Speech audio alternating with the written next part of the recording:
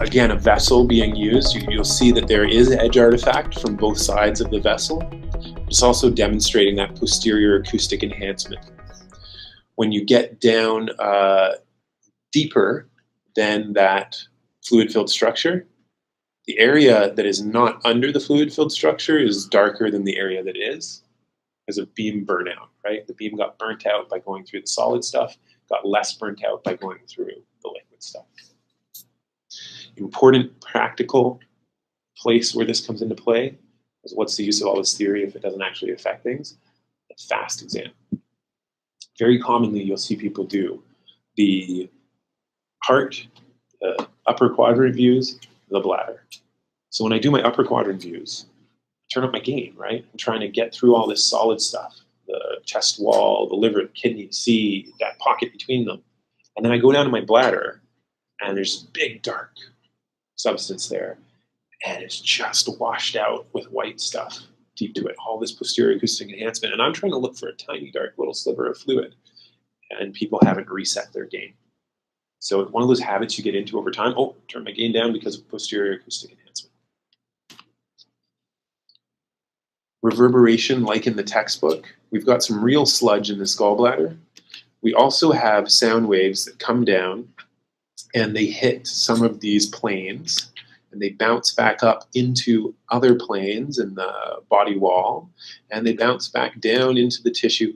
But the machine is just like, I sent out a impulse and I'm waiting for it to come back. So all of this ping-ponging extra travel, it just interprets as there's extra time. That means there's extra distance. That means that there's stuff down there where there isn't. So again, it's always these dark anechoic structures that fool the machine when they're surrounded by other things into, I'm a dark canvas that can present you information. This same reverberation is happening everywhere else where there's solid tissue underneath. You just don't see it because there's solid stuff that produces signal that overwhelms the reverberation.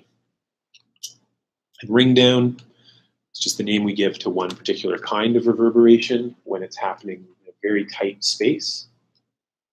There's a question on the screen. Just popped up. Oh, sorry. Oh. It was key which section you were referring to.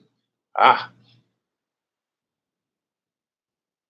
Yeah, if you're okay answering that, David, in terms of typing in a response, Sure. we'll write it for you, Marina, so you have a better way to transcribe it. And so ring down, this bouncing around in a very tight space and the machine not knowing that and presenting each one of those trips as an extra little pixel. And then mirror, I love explaining mirror. So here we've got a curved reflector. There is a lesion in the liver there. You guys see the lesion surrounded by X's? You see the lesion also on the other side of the diaphragm where we shouldn't see anything because there's just air.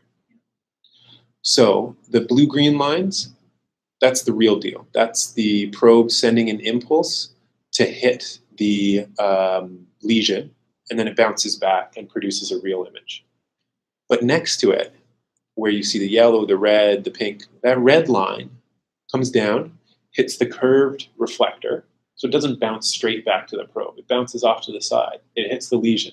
It bounces back to the curved reflector. It bounces back up to the probe. The machine doesn't know that. It just knows I sent out an impulse. I waited for a response. Everything goes in one straight line from what I sent out. So it produces this ghost image on the other side of a curved reflector. Only two places you need to care.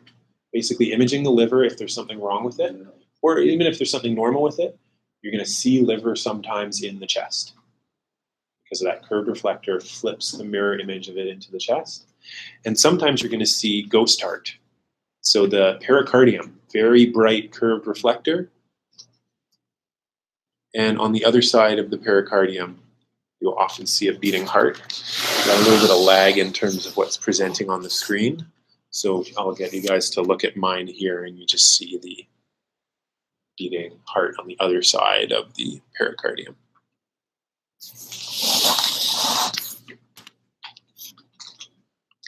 B mode, brightness mode, M mode is when you drop a spike over your image, and under that spike, the machine's going to create a graph of all the motion going on under that. So that my anterior leaflet of my mitral valve in these images traces out as this up-down wave on the M mode. Useful for valves, useful for lung sliding. And Doppler is a concept that we all understand pretty intuitively from its use in sirens, right? That high-frequency siren approaching you, then its actual frequency right when it's next to you, then as it moves past, it lowers in frequency. Because frequency is about how quickly this thing is oscillating. And if you add the speed of a vehicle to it, it's additive. It's a higher frequency that comes towards you. If you're in the same frame of reference as it, there's no additive or subtractive. It's true frequency for that frame of reference. And then if it's heading away from you, you have to subtract the sound, the speed of the vehicle moving away from you. So the machines can do that with waves that they put into the body too. And that's how we get color Doppler. It can say, but wait, I sent out a frequency of this, and what I got back was a frequency of that. So I either hit something that added speed to it or that subtracted speed to it. And when you use Doppler, you're always going to have a graph on the left that simplifies things for you, because we had to go and get all crazy and use red and blue for Doppler. And what do we use red and blue for in vascular thought? Artery and venous, but that's not what it means when it comes to Doppler. So red and blue are just about direction, not about artery or vein. And I always use instead of having to remember like red is towards and blue is away, people have different mnemonics, I just always go to my little graph cheat sheet on the side and say, red stuff is towards the probe face, blue stuff is away. So if I look at these vessels, I know the blue one has material in it running down away from the probe, and the red one has material running up towards the probe. Okay, so we'll wrap that up there. We'll come back to these concepts a lot. I ran over time, which I apologize for. Our summary is pretty simple. I want you to think about ultrasound as percussion. We want to know a bit about the wave physics because they do dictate how we make the picture. And then knobs that you need to use to control the waves and the machine listening are pretty small number. Don't get scared by the multitude of them on the machines.